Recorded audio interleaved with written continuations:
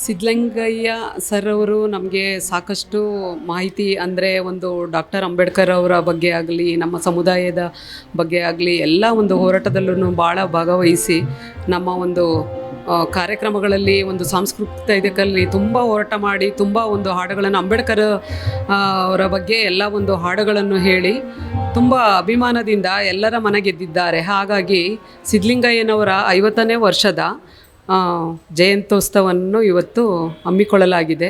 ಇಲ್ಲಿ ಎಲ್ಲ ಸಾಮಾನ್ಯರಿಂದ ಎಲ್ಲ ಗಣ್ಯ ವ್ಯಕ್ತಿಗಳು ಬಂದು ಎಲ್ಲರ ಅವರ ಒಂದು ಜಯಂತ್ಯೋತ್ಸವವನ್ನು ನಡೆಸಿಕೊಂಡು ಹೋಗುತ್ತಿದ್ದಾರೆ. ಎಲ್ಲರ ಒಂದು ಅಭಿನಂದನೆಗಳು. ನಮಸ್ತೆ.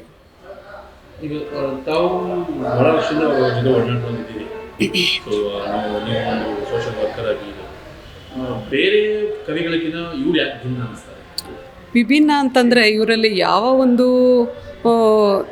ಧರ್ಮದಲ್ಲಾಗಲಿ ಬೇರೆ ಒಂದು ಇದರಲ್ಲಿ ಯಾವುದೇ ಒಂದು ಜಾತಿ ಧರ್ಮ ಒಂದು ವಿಧದಲ್ಲಿ ಯಾವುದೇ ಭೇದ ಭಾವ ಇರಲಿಲ್ಲ. ಹಾಗಾಗಿ ಅಂಬೇಡ್ಕರ್ ಅವರ ಒಂದು ಬಗ್ಗೆ ಮನಸ್ಫೂರ್ತಿಯಾಗಿ ಹಾಡುಗಳನ್ನು ಹಾಡಿ ಅವರ ಬಗ್ಗೆ ಒಂದು ಚಿಂತನೆಯನ್ನು ಅವರ ಮನದಾಳದಿಂದ ಒಂದು ಹಾಡುಗಳನ್ನು ಹಾಡಿ ಅವರ ಒಂದು ಎಲ್ಲ ಜನರ ಮನವನ್ನು ಗೆಲ್ಲುತ್ತಿದ್ದರು ಸರ್.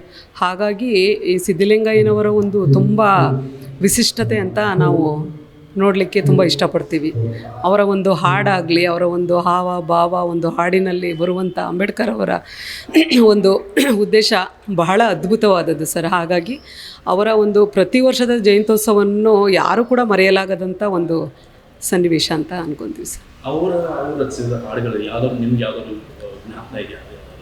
ಸರ್, ಅದು ಎಲ್ಲ ಒಂದು ಕಲಾವಿದರಿಂದ ಅವರು ಹಾಡುವಾಗಲೇ ನಾವು ಒಂದು ಹಾಡುಗಳನ್ನು ಕೇಳೋಕ್ಕೆ ತುಂಬಾ ಚೆನ್ನಾಗಿರುತ್ತೆ. ಕಲಾವಿದರು ಹಾಡಿದಾಗ್ಲೇ ಅದು ತುಂಬ ಚೆನ್ನಾಗಿರುತ್ತೆ ಹಾಡು.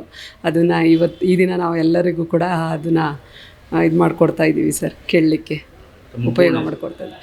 ಪೂರ್ಣ ಹೆಸರು ಭಾರತಿ ಅಂತ ಸರ್, HR ಭಾರತಿ ಅಂತ, ವಿದ್ಯಾರಣ್ಯಪುರ, ಬ್ಯಾಂಗ್ಳೂರು.